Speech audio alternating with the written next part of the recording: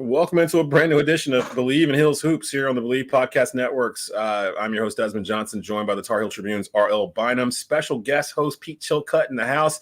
And what a great, not just day, but a week to be a Tar Heel. As the North Carolina Tar Heels, your North Carolina Tar Heels are the ACC regular season champs for 2023-24 after defeating Duke in Cameron on Saturday night. We'll talk about that matchup and what we saw. We'll talk about ACC awards are out for the end of the year. We'll get into that, who made what we saw from there. And we'll get into the ACC tournament that starts Tuesday. Today. It starts today. So we got opening round games today that we'll look at the entire bracket and see where Carolina, their path to get to the championship game on Saturday night in DC. And the final AP poll is out. Carolina's ranked number 4 in the final AP poll for the season. We'll talk about whether or not can Carolina secure a 1 seed going into the NCAA tournament. What do they need to do over this week to maybe get one? Guys, what's going on? How's everything work? Both of you guys at Cameron on Saturday? I was not. I was locked up solo. I like to watch that game. If I'm not at present, watch that game by myself. Me too. Yes. I've had a lot of people invite me out to parties or bars or wherever to watch it. And I'm just like, nah, I can't, not for this. Like, I don't like being around people when I'm watching this game. It's too intense. RL, were you in the house? I was watching the game with a lot of my closest Duke student friends behind me, yelling vile things and throwing water. And I got water at the end of the game. I got water on my laptop because they were throwing bottles and gumballs and whatever. So, but hey, you can't beat being courtside at Cameron for the Duke Carolina game. That was amazing. Again, it's on my bucket list of places I want to go watch Carolina Duke. People call me crazy being a Carolina fan, wanting to go into Cameron Indoor to watch that game, but Carolina wins 84-79.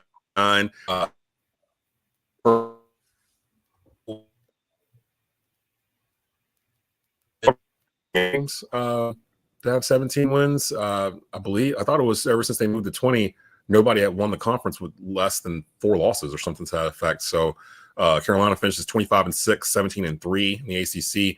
Duke falls to 24-7 and 15-5 in the ACC. North Carolina wins the league outright. Cormac Ryan had himself a game, 31 points in this matchup. And just give me your number one takeaway. Now that we're a couple days away from it now, we won't linger on it too much, but give me your biggest takeaway from what you watched during this game. Pete, let's start it off with you. My overall takeaway, it was evident in the first half, and I think it's going to be an always for Carolina when they are ready to play, and they are things I saw as far as jumping on those loose balls was the first signal for me that they were dialed in and ready to play. And you think that's an easy thing to do, but I've seen games where they're reaching over to pick them up, but they were diving almost 3 or 4 feet out and securing loose balls, and they got them all. And those plays turned into big plays, and that momentum that we got early was so important and so impressive. As far as from my standpoint, it just sent a message that we were here to play, and it didn't hurt to have Cormac Ryan hit those first 3 early threes, obviously, but across the board, I think the guys were just dialed in, and any fear about them not being ready to play and willing to accept the co-championship was kind of gotten rid of pretty early. I thought they were dialed in and they wanted that victory very very bad. Yeah, the Tar Heels didn't seem like they were in a sharing mood at all, and they picked up right where they left off in the previous game. Like Pete said, just taking control early. I mean, I think the fact that there's so many veteran players really showed in that game. The way they played coming out, just being aggressive. And I tell you, that one Elliot Cadeau play when he dove for that interception, then pitched out to Cormac Ryan for the 3-pointer, just typified some of the hustle that you saw early on. Yeah, for me watching it was very clear early on who the veteran team was. And not so much that Carolina's been playing together for a long time. They just looked older. Out there, like they looked like men playing against boys. Like, I don't want to dismiss Duke too much, but it really showed that Duke is one of the youngest teams in the country. Like, they rely on freshmen and sophomores, and Carolina does not. Cormac Ryan is a grown man. He's 25 years old out here playing against 18-year-old kid. Like, in some effects, it was almost like it wasn't fair, but that's the rules. Like, Duke could have built a team just like this too, and they did not. And the whole week, and we talked about this on another show yesterday, RL. The whole week I saw Duke fans. I always know when we have Duke, when they're more excited about the incoming class than the class that's still here playing. And I kept seeing them go on and on and on about this incoming class with Cooper Flagg and the kid from Africa that's 7'2", and shout out to Isaiah Evans from North Mecklenburg that's going there that dropped 40-something points in the playoff game last week. Yeah, you got some kids coming in. But the main thing I took from that Carolina-Duke game, college basketball has reverted back. Like college basketball it's all about the older teams winning now. Where we went through a stretch for about 10 years where the younger teams were stocked with talent, Duke, Kentucky, Kansas, where they were going to be sniffing the Final Four. Now, granted, they didn't really win anything during that period. Kentucky won it in 2012 and Duke in 2015, but they had upperclassmen on those teams. Duke had a senior Quinn Cook playing point guard on 2015. So it wasn't exactly Fab Five, like where it's just mainly freshmen running everything. But seeing Armando, RJ, senior, Cormac, Harrison Ingram, like the only freshman that plays for Carolina is Elliot Cadeau for the most part. Like everyone else, you don't really see a whole lot of Zayden High and, Aquanu. I think I'm saying his name right. You don't really see Okonkwo. Did I say it? I just said it wrong. Yeah. But Elliot's the only one that really plays, and it showed on Saturday night. Like they were there for every loose ball, like you guys said. When Duke cut it to 1 in the second half, and Carolina fought back and pushed the lead back out to like 9 or something real quick. I was like, that's what a veteran team does. That's what a team does that's been punched in the mouth before. They don't panic, and they respond. Carolina last year or the year before would have lost that lead. They would have lost that lead, and I don't know who would have won, but they would have lost that lead in Cameron. And I was waiting on that explosion for Duke to come down and hit a 3 or something to take the lead, and they never did. Carolina led both these games combined, I think, every minute but like 45 seconds or something like that, or some crazy number. There was just no question this year. Carolina was the better team. They just better built, better shooting, better defense, better three-point shooting. They've got the player of the year, the coach of the year, which we'll get to in a second. It just made me feel good at the end of the game. I was like, okay, this Carolina team can legit do something in March. Then the end of the game happened. First, before we get to the end of the game, let's just get it out of the way, the Kyle Filipowski, Harrison Ingram situation. We've all seen the video at this point. We were watching the game. I don't think there's any question that Filipowski tried to trip Harrison Ingram. And honestly, if it had been anybody else, we probably would be talking about it.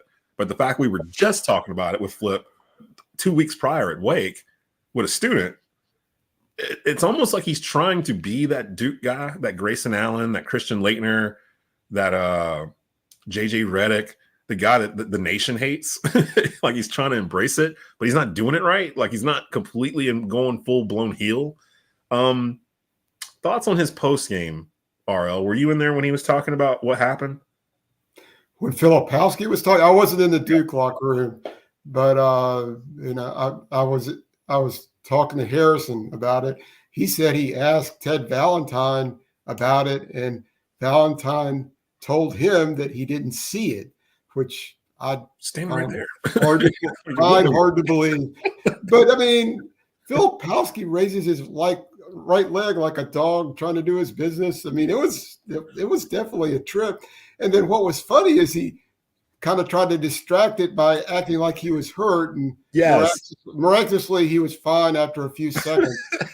So, and then he told reporters apparently that his foot slipped. So, I don't know if he has a future as a politician, put it that way. But he also told the post game that he didn't even know Ingram was back there. And that was the lie to me. I'm like, Ingram's got both his hands in your back. Like if you watch the whole sequence, Harrison Ingram didn't push him down. He was already on the ground. Harrison's trying to get past him and get in the play and go. And as he's trying to leap over him is when Flip lifts the leg and tries to trip him up or whatever. And to RL's point, I did notice that too. It wasn't it was him acting like he hurt himself after the fact. Where I'm like, oh, come on, Flip. Like I saw Duke fans like, I'm getting tired of this dude, like on Facebook, like after the game, like I can't wait for him to go and all this other stuff. They have already turned their attention to 2024-25. Like we still got weeks to go in this season. So this Duke team to me, I left that game thinking this is a second round Duke team. Like and you get those every couple of years where there's still a bunch of talent on the team, but it just doesn't gel the way you think it would, and they end up losing on Saturday or Sunday of opening weekend or whatever, wherever they're at, and people are like, what happened? Like, what happened? And then they move on to the next class. So that was my thought from that. And then the post-game stuff with the fans. Thoughts on that, Pete? What did you? Is that the wildest thing you've ever seen in Cameron Indoor? I don't have a problem with what Carolina did. I mean, you saw some of the pregame stuff. They were yelling at RJ. You hear them during the game. I don't have a problem with them waving goodbye to the fans. They went to delay it to the handshake line. I understand after that they did shake hands. To be honest, I don't have really a problem with the water in the bottles. I mean, it is what it is. It makes the rivalry kind of what it is, right? Like, it wasn't out of hand, but the biggest problem I had was in the pregame with RJ. I mean, there was a guy in the stands saying he wanted to kill him, and that's not appropriate. No. You can talk about the girlfriends and Caleb Love and all you want, but when you make it personal, make a threat on someone's life, I think that guy should have been thrown out. The post-game stuff I'm okay with, both ways. Wasn't any harm, no foul. Harrison he had a great time with it. It's part of the rivalry. So that's why they came here. Yeah, that's my take on it. And plus, I took that video. I was just gonna take video of RJ putting up jumpers in warm-ups, and then all this vile stuff yelled right behind me by a bunch of guys dressed as revolutionaries, by the way, whatever that means. And you think they knew they were being taped? What's that? You think they knew they were being taped? I don't know. I was in front of them with my phone up. These kids, I don't know. These kids nowadays, they're oblivious. It was just way over the line,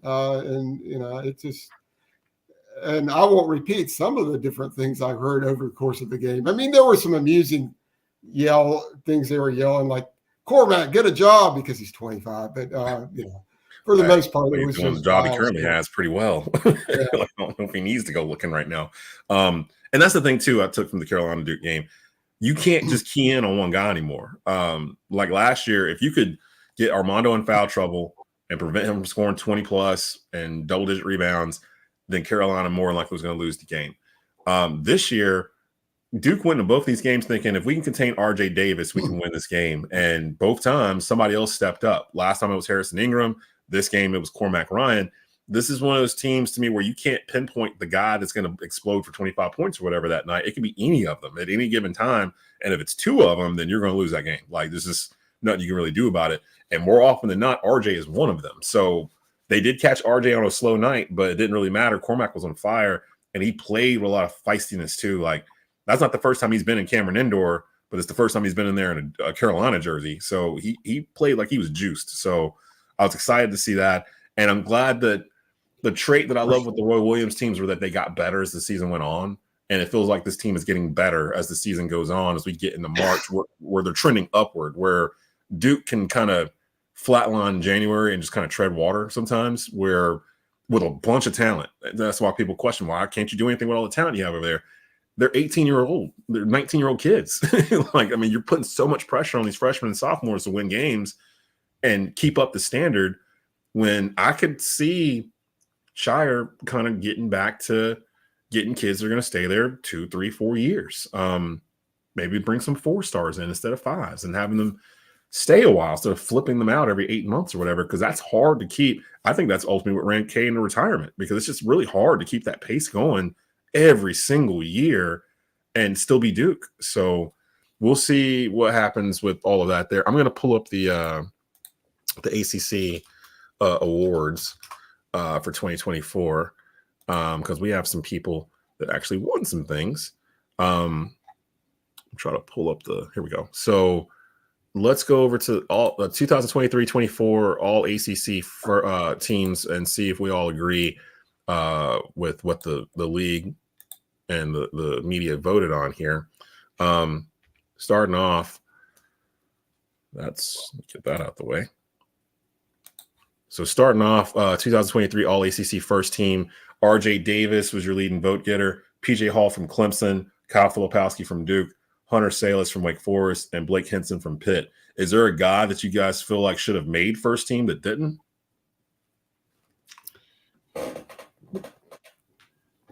think it's a pretty fair first team. I don't object. I mean, I don't know that Armando was first team this season when you look at the competition. I got no problem with that one either. Yep.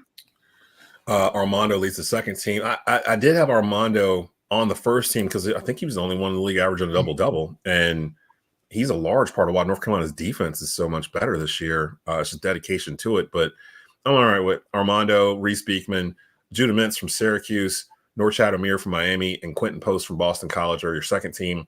Then third team, DJ Horn from NC State, Harrison Ingram from Carolina makes an appearance, senior Jeremy Roach from Duke, Marcus Burton from Notre Dame, and Sean Padula from Virginia Tech are your third team. Did they miss anybody? Was there anybody that should have got named and didn't? The three teams? No, I mean, I wouldn't mind if Ingram made second team, but I don't think that I have too many objections. I mean, leading the league in rebounding? Yeah. Yeah. Exactly. So, I wouldn't have had a problem with that, too. Joe Girard from Clemson, maybe. Jarrett McCain, I was actually surprised didn't make one of the teams because he really turned it on in conference play. I'm trying to think of maybe Cam Hildreth over at Wake Forest.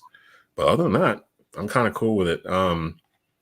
Going into player of the year, your player of the year is North Carolina's RJ Davis. I saw a cool video with Hubert in the locker room talking to the team yesterday before they knew that he had won it. And he was going on about how one of the things he loves is that when he comes to work every day, he can look up in the rafters and his uncle, Walter Davis, is in the rafters with a jersey. And that he loved the fact that he comes to work every day and there's one Davis in the rafters. I have news. We're going to have two Davises in the rafters. RJ Davis is the ACC Player of the Year. So, and the team went nuts or whatever. And well deserved, as you can see by the votes. Nobody came close. Cal Filipowski came in second with 3 votes. PJ Hall with Clemson 2. Baycott got a vote, and Quentin Post got a vote. I'm kind of surprised Armando Baycott got a vote. Yes. I wonder who that was. That you, RL? I had a women's vote, but I didn't have a men's vote. Okay. So the defensive player of the year, I think we all knew it was going to be Reese Beekman from Virginia, and he did win that. Ryan Dunn from Virginia was second. Armando Baycott third in that category. Rookie of the year, Marcus Burton, Notre Dame, 46 votes. Jarrett McCain came in second. Are you surprised that Elliot Cadeau didn't get a vote? Yeah, I was a little surprised. If you'll remember preseason, Elliot Cadeau was the landslide winner of preseason Rookie of the Year, but obviously things changed. At least he did make the all-rookie team, though. Yeah, which was even weirder. That's why I was like, he made the all-rookie team, but he's not in the Rookie of the Year category. He didn't get a single vote. Like, it's just, it seems kind of odd to me. And you guys can, anytime we're on, you can always comment in the comment section on YouTube. At youtube.com/@Tobacco Road Sports Radio, or on the Tar Heel Tribune's YouTube channel, or you can do it on Facebook Watch if you find us there. Just type it in. And we just found out today you can do it on the Twitter feed as well. So if you find us at Tobacco Radio and you find the show streaming, you can actually comment live like Anthony Mason's doing here, and we'll try to answer it while we're on the air. Most improved player in Shefflin. Am I saying that right? Yep. Shefflin from Clemson got 30 votes. Hunter Salas, who I thought was going to win it, from Wake. Harrison Ingram got 5 votes. I don't think anybody expected this version of Harrison Ingram to show up in Chapel Hill when it was announced last year that he was coming. 6th man of the year, Ismail Leggett from Pitt wins that one. Seth Trimble got some votes there. Coach of the year, Hubert Davis wins ACC Coach of the Year. I think personally Hubert should be up for National Coach of the Year. They weren't picked to win the ACC. It was a brand new squad he basically put together. He basically had 4 guys that came back from last year, and Baycott, Davis, Trimble, and Washington. And they won the ACC outright and are in the midst of the hunt for a 1 seed. Like, I don't know what else he needs to do to be considered, but if he wins National Coach of the Year for the second time in 3 years, I think it's safe to say his job is secure because I keep seeing people talk, well, he was on a hot seat last year. I was like, I never thought he was on a hot seat last year, like not once. And people want to talk themselves into it. Pete, you lived with Hubert as a senior, if I recall correctly. Hubert talked about it on the radio show, and he tried to deflect to the team. But how much do you think this means to him? Hubert is he's just a different guy. He's that he's one of two guys that have gone to Carolina that you're like you got to look long and hard to find something really wrong with the guys, and that was Montross and Davis. And I texted him immediately to congratulations, and his response was, "I'm just happy for the players." And he's all about that, and it is a kind of reward that'll be something maybe in the off season or when he retires to look back and obviously have great pride about that. But it's not what his goal is. His goal is not to be coach of the year and then flame out. His goal and his team's goal is all one and the same. And the best thing about his great coaching is just put the team in that position to get their goal this year. And I think, like you mentioned, coming from last year when it was so disappointing. He's coaching the same. He just has a different group with him, and he coaches those guys hard. I've been to those practices. He's intense. He's demanding a lot, but these guys are buying in, and it puts them in a position this year to kind of, in any ways, to go as far as they can, but in a better position than they have been in the past. The all-rookie team, Marcus Burton from Notre Dame, Lee Zach Harrett, Jarrett McCain, Carlton Carrington from Pitt, Baye Ndongo from Georgia Tech, and then Elliot Cadeau rounds out the all-rookie team. I'm actually surprised he got the least votes on the all-rookie team at that, because I know his stats don't really show it, but to be honest, he might be the linchpin for the Carolina offense, because they do way better when he's on the court than when he's not. I'm glad. I think that might be a case of the voters just looking at the statistics. Yeah. Instead of the eye test, because we watch all the games. We know the eye test. Carolina's offense is so much better when Elliott's on the floor. I mean, it's obvious, and that may not come out on the stat sheet as much. I'm looking for there was a graphic, and I should have saved it, of the ACC tournament field, and I'll bring that up now because, again, the ACC tournament starts today. The ACC tournament is here. I know it's weird that it's starting on a Tuesday, but go figure. NC State played on the first day. That's never happened before. Really? Is that I'm true? not kidding. You used to call when there was just one game, they used to call it the Les Robinson game. Oh, Robinson Invitational. Yeah. So here it is. Okay, so I found the bracket. So let's look at it real quick before we get out of here and kind of see what North Carolina's path to a title could potentially be. No, that's not what I want. It's sharing the wrong screen. Bear with me a moment. So as I pull that up so there. It's either on Wednesday, they're either playing Virginia Tech or Florida State at noon on Thursday. And if they win, they would either play Pitt, Notre Dame, Georgia Tech, or Wake Forest. Yeah, so of all those teams, the only one that Carolina lost to was Georgia Tech. So Georgia Tech's a weird team. That's what Damon Stoudemire said. They have wins over us, Duke, Pitt, Clemson, Wake. Yeah. And somehow they are let's see, I can't even read this from on the thing on here. 13 seed. They're the 13th seed. So yeah, today, game 1, 2:00 on ACC Network. 12th seed Notre Dame will take on Georgia Tech. 4:30 p.m. Number 10 NC State will take on 15th seed Louisville, and Boston College takes on Miami at 7 p.m. Tonight. On all that on the ACC Network. Starting tomorrow, you got Virginia Tech, Florida State in the 8-9 game. That's at noon. The winner of Notre Dame, Georgia Tech will take on Wake Forest, the 5 seed at 2:30. And then you got the winner of NC State and Louisville taking on 7 seed Syracuse. Syracuse is an interesting team. It's 7 tomorrow, and 6 seed Clemson taking on the winner of Boston College, Miami. That second group there, Virginia Tech, Florida State, Wake, Syracuse, Clemson. Do you think a winner can come out of that off of that day, off of Wednesday? No. Yeah. Okay. No, I can't see it. I can't see it. Yeah, the only one that I might say could maybe do it. I don't want to put that much faith in. Well, I would have put a lot of faith in Wake if they hadn't had the last 2 weeks. They've got the ability to go on a little run, but it's going to be tough on Wake's side of the bracket because then Then you get to Thursday, which would, I guess, traditionally be ACC Friday, I guess, at this point. Carolina, Pitt, Duke, and Virginia, the top 4 seeds that got double byes, they'll take the court on Thursday. Friday's ACC semifinal Friday. Those games are at night, 7 p.m. and 9:30 p.m. And then the championship game is on Saturday night at 8:30 p.m. All these games are on ESPN and ESPN2. Outside of North Carolina, what team are you guys looking at as a team with the best, that's playing the best, that you feel confident in betting on? Now that it's legal to bet in North Carolina, if you hadn't heard, you can actually bet now. Yeah, apparently you can get on DraftKings and bet all you want to. Everybody's giving out money. That actually reminds me, I have reads. So let me read this real quick for you guys for Bleav. We do have a new sponsor. It's Cut. It's a peer-to-peer social betting platform that's legal in 40 plus states.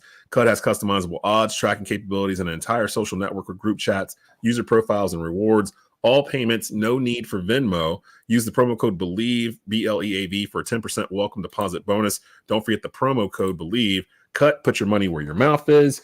And speaking of betting, we still have one more from Bet Online. Bet Online continues to be your number one source for all your basketball wagering needs, including pro and college hoops throughout the year. With up-to-the-minute odds, stats, and trends, you can follow your favorite team's path to the playoffs with in-game live betting contests and all the player props that you can enjoy. Experience the world's best wagering platform anytime from your desktop or mobile devices. Head to Bet Online today to become part of the team. Remember to use the promo code Bleav, BLEAV, for your 50% welcome bonus on your first deposit. Bet Online, the game starts here.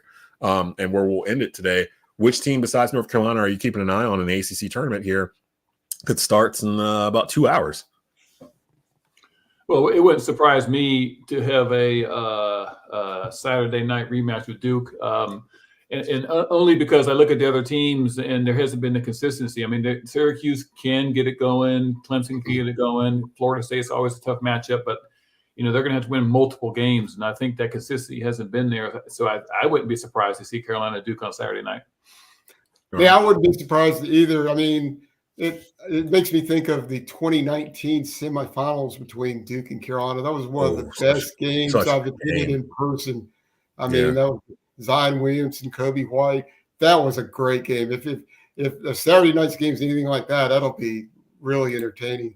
Other than Duke, I would say maybe look at Clemson as maybe making a run, but I don't see that happening in most likely. But they might be a team to look at. The team I'm keeping an eye on, especially because they're on the Carolina side of the bracket, is Pitt. Pitt, I don't know if anybody picked Pitt to finish in the top 4 of the league this year. They feel like the toughest team. Like, they're gritty. Like, when you play Pitt, you're getting into a fight pretty much. And they're going to end up playing probably Wake Forest on a Thursday and then probably Carolina on Friday. I know that what's the thing that Carolina, if they win the regular season championship, they typically don't win the ACC tournament or whatever it is, something to that effect. They won it in 2017 though, didn't they? I don't think so. They won it in 2016, which is the last time it was in Washington. Joe Barry was the MVP. The Bryce Johnson squad, yeah. And that team should have won a national championship. But yeah, I'm curious because all the things say don't pick Carolina to win this because they just won the regular season.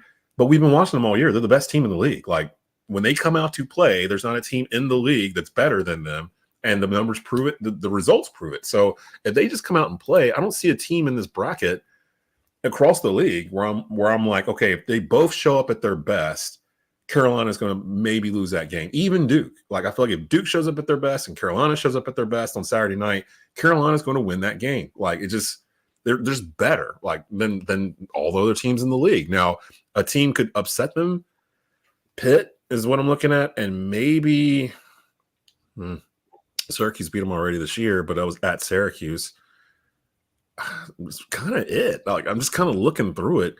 Now the regular season is over, and we'll end it on this. Pete, how many teams do you think get into the NCAA tournament from the ACC?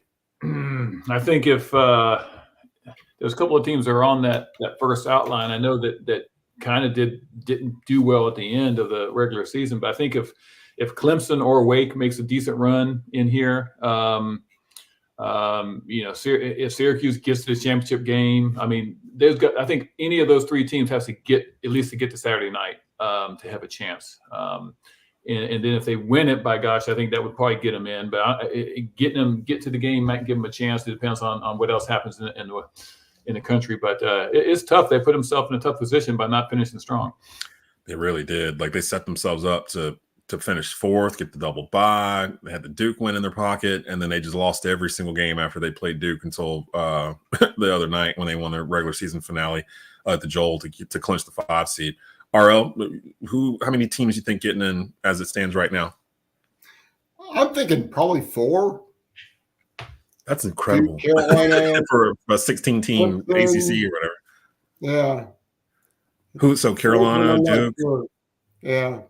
I think I saw Virginia's in the last 4 in or something on Lunardi's bracketology last night. So Carolina, Duke, Virginia. Yeah. And who? Pitt, I guess? Is that who you're looking at? Yeah, I mean, I think it would come down to either Virginia or Pitt, depending upon how Pittsburgh does if they make the semifinals. I could see depending on how this week goes, I could see 6 at the most. I feel like I'm playing spades, like I'm calling out my hand.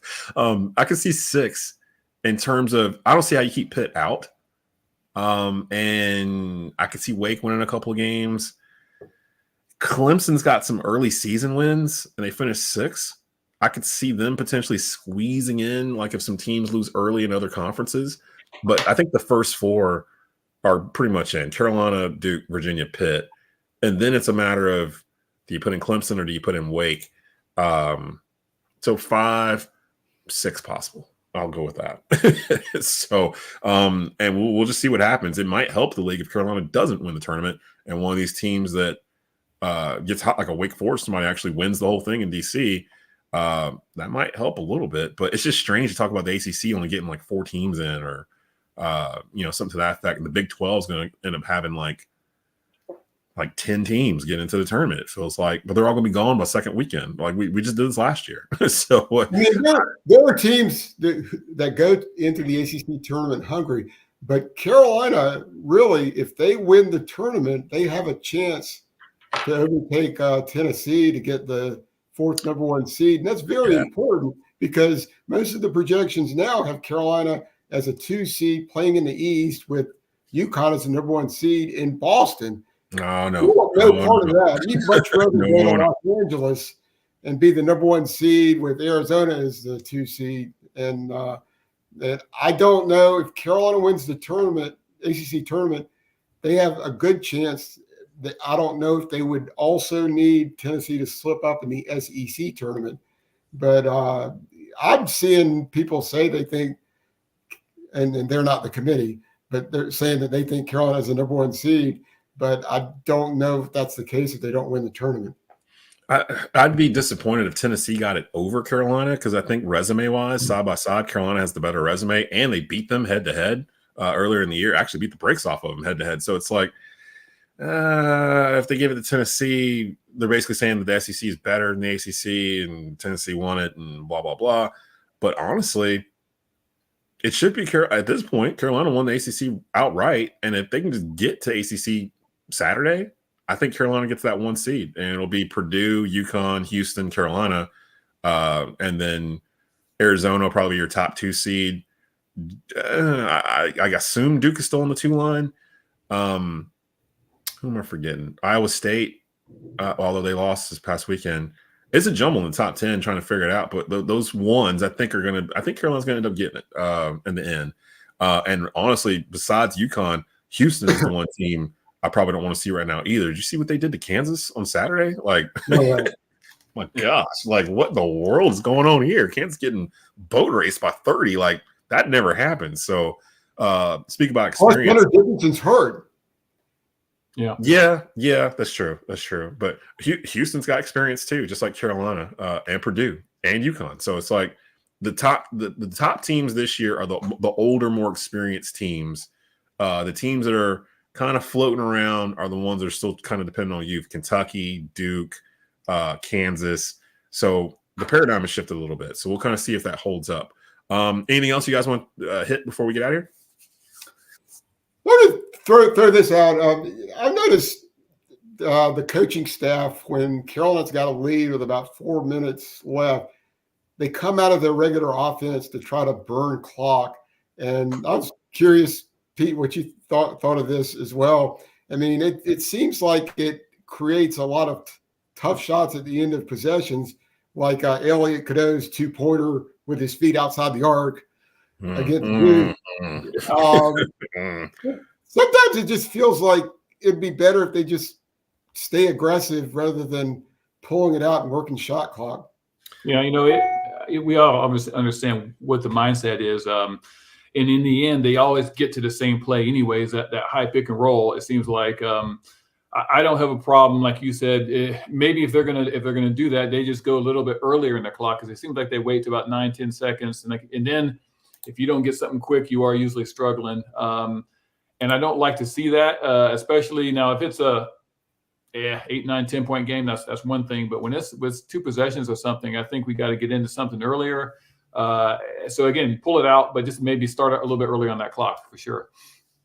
Yeah, that would work if they didn't wait as long. I don't know if Elliot is given a place on the shot clock to start moving or not, but maybe, like you said, if they start moving a little bit sooner. Yeah, and normally in past years that would worry me, the stop and go of the offense or whatnot. But with RJ kind of being the driver, I'm okay with it. It does worry me a little bit sometimes when they do that it allows teams to kind of catch back up to them sometimes. But I feel like just hearing the post-game comments from Cormac and Harrison Ingram and Armando, that they all recognize where they are in the part of the calendar and that they're looking to do some big things. So Armando Bacot is probably the one player in Carolina history that has seen so much in his career at Carolina from his – I mean, he came in with Cole Anthony, like, what was it, 2020? 2019? 2020, yeah. It was after the Zion year. So, yeah, they came in after the Zion, Kobe White, Cam Johnson year, and he's seen everything from COVID. He's played in arenas with no fans. He's been to a Final Four. He's beaten Duke in a Final Four. And he's missed the NCAA tournament. He's missed the NCAA tournament wearing a Heels jersey.